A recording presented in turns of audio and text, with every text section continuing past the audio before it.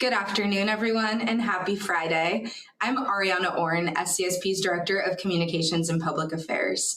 Welcome to our fourth day of SCSP's new special LinkedIn Live series, Lunch and Learn, Exploring the Implications of Generative AI on National Security. Make sure to join us next week on both Monday and Tuesday for two more lunch series. They will explore our topics of intelligence and governance with both of those teams.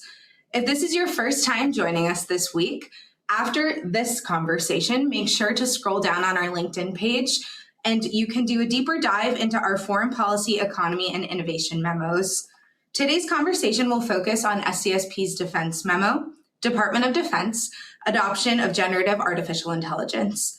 Joining me for today's conversation is my colleague, Luke Van Erden from SCSP's defense panel. If we could kick off the conversation and you could just give us a brief introduction about yourself and let our followers know a little bit more about you, Luke, that would be great. Yeah, absolutely. Hi, everyone. Thank you so much for having me.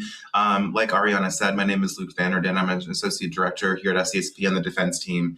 I come to SCSP having recently finished my master's degree at Georgetown in security studies, and I have a background in international security and defense policy. Prior to SCSP, I was in the Senate and I worked at multiple nonprofits. So looking forward to being here today. Great. So let's dive into the material. If you could just give us a brief overview of what the memo is about itself. Yeah, absolutely. So the defense report emphasizes that the United States' current technological advantage in generative AI and the Department of Defense's opportunity to leverage that opportunity for military effects, especially in the face of global competition, specifically against the United States' pacing threat, the People's Republic of China. Awesome. So I'd like to start maybe with the big picture, and we can dive into something that you've already mentioned, which is the changing character of war. And we're seeing this example in Ukraine where technology is being used currently. Can you give us an example of how that's happening? Yeah, so I think all of us watching have seen over the past 20 months the war unfolding in Ukraine and Russia's unprovoked aggression. And along with that, we've seen a proliferation of sensors and big data processing and drones all employed at scale, and they're dramatically compressing the detection to destruction timelines. And they're ultimately introducing new ways of warfighting, both between nations, but also between warfighters. So like you said, this is ultimately going to change the way the character of war, but it's also going to change the way that nations will wage war in the future. Luke, could you let me know a little bit about where the U.S. military is standing as opposed to the PRC or China's military with technological adoption? Yeah, absolutely. So in relations to the People's Republic of China, or the PRC, and its People's Liberation Army, or the PLA, the U.S. military still enjoys quite a large advantage compared to the PLA as it relates to tech adoption. That being said, the PLA is largely and heavily investing into catching up with the U.S. From a military technological standpoint. So, we at SCSP have been urging, and many others have been urging, that the U.S. must continue to invest in R&D funding, its ability to scale technologies, and then meaningfully train warfighters on these systems to ensure that they can achieve effective military effects that they're searching to do in operations. However, as many of my colleagues in the past couple of days have said, the People's Republic of China is the only nation on Earth that has both the intent and the capacity to really compete with the United States. And they've already articulated that in all of their doctrine, and they're preparing for the changing character of warfare with the development of new concepts and supporting capabilities to ultimately enhance those capabilities and concepts that they're developing. And then while the changes in the character of conflict and China's ambitions are concerning, the rapid advancement of generative AI by American companies such as Anthropic or OpenAI are really encouraging, and they're really showing that the U.S. really holds a technological innovation advantage. They've also opened up an opportunity for the United States and its allies and partners to re-demonstrate its innovation power, and then once again flex its military might. I want to ask you about an initiative that has happened this year at the Department of Defense, and they've stood up the Task Force Lima this year, just earlier this year. What's the mission of this, and why is this a turning point for the Department of Defense? Yeah, so the mission for Task Force Lima is to ensure that DoD is a key leader in the U.S. government to adopt generative artificial intelligence. And the establishment of Task Force Lima it signaled an intent to exploit the technology, but also to use it and leverage it for U.S. and allied advantage. And part of this signaling is to also ensure that the U.S. Department of Defense and all of its service branches and all of its service members will remain the most innovating warfighting force in the world, and that we can support any operation that we deem necessary. The Special Competitive Studies Project has put out these 4 critical applications of generative AI for the Department of Defense. And these 4 applications are enabling decisional advantage, enhancing operations, developing talent, and identifying new defensive areas. Could you get into maybe a little more detail for our followers to explain what those are? Yeah, absolutely. So as you mentioned, we highlighted 4 areas that the DoD could leverage to really bolster the department's use of emerging technologies, and especially as it relates to generative AI. The first area that you mentioned was decision advantage.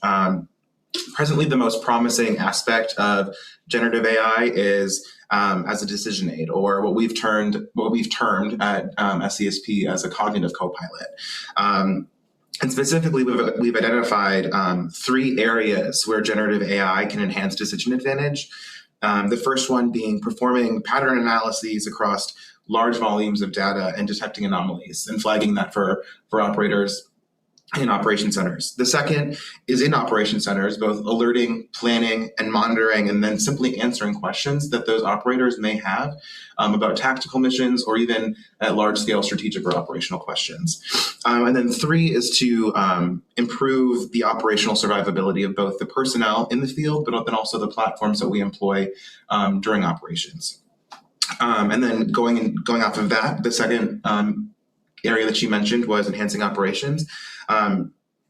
Unsurprisingly so, DoD is already exploring ways to employ AI and other emerging technologies. They've stated that they have over 800 AI projects going on in the department, so that's really encouraging. And one of the main efforts that is being used is for predictive maintenance and then some backroom or back office support functions. And then drilling down on that, there are 4 specific areas that Gen AI can enhance operations. The first one is for logistics and sustainment, which have been and are and will probably continue to be a really complex operation, a complex system to navigate.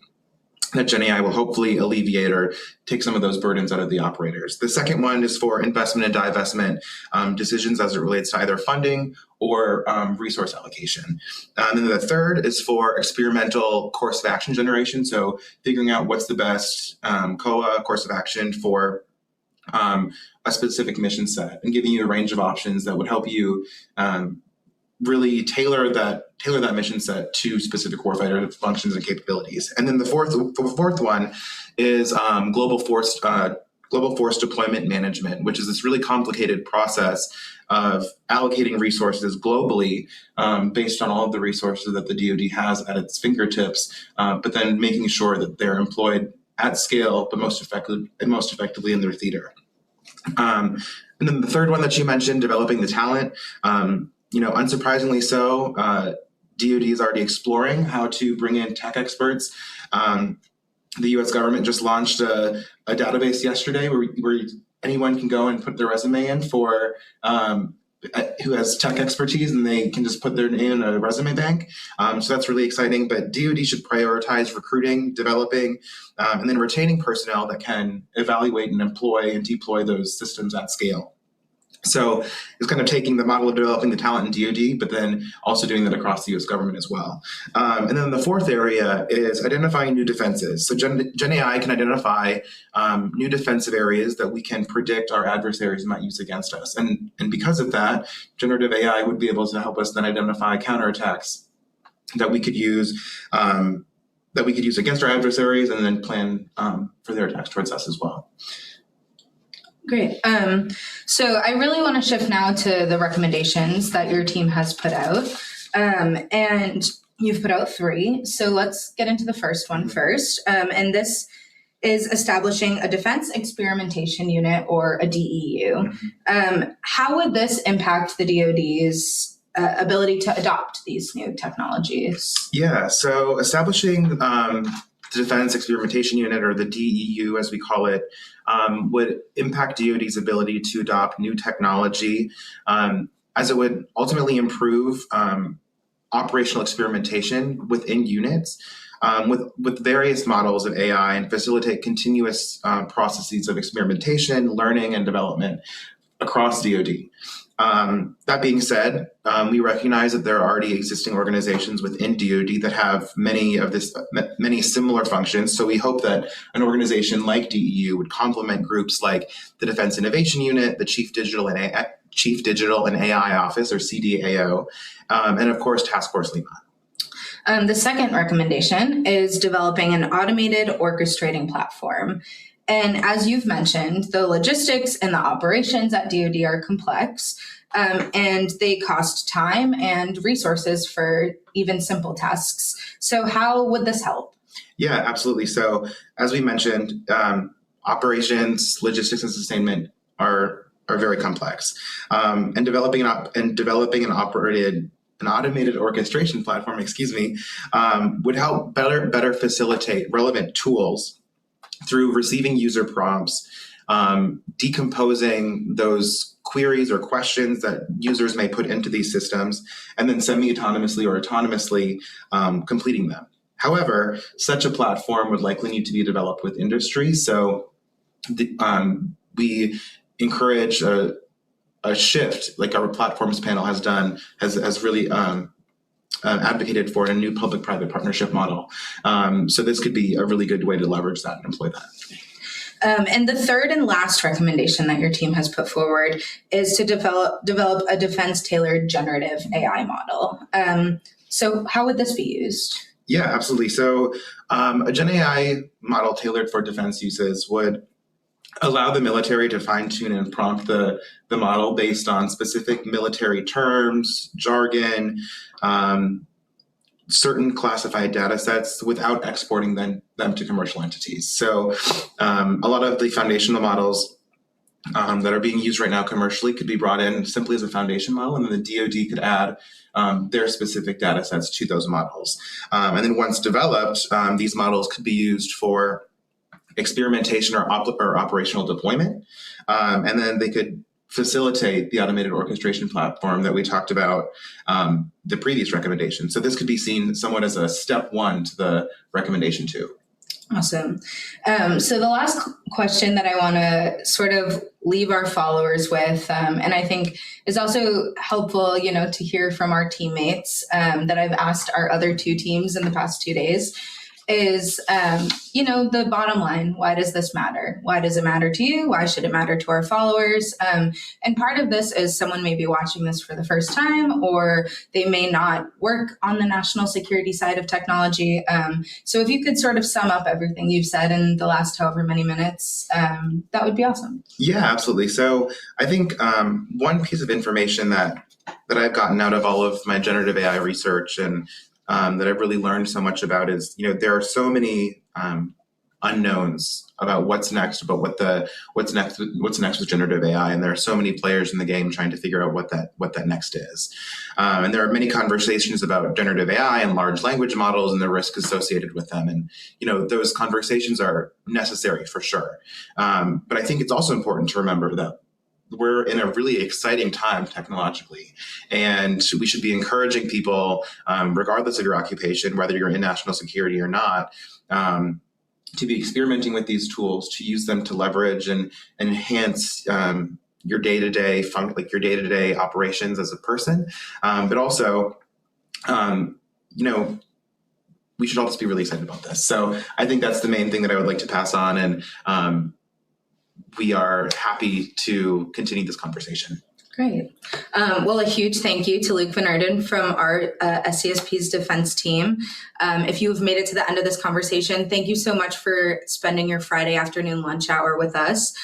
We look forward to you spending both your Monday and Tuesday with us next week at 12 p.m. Eastern Time for a conversation on intelligence and governance next week.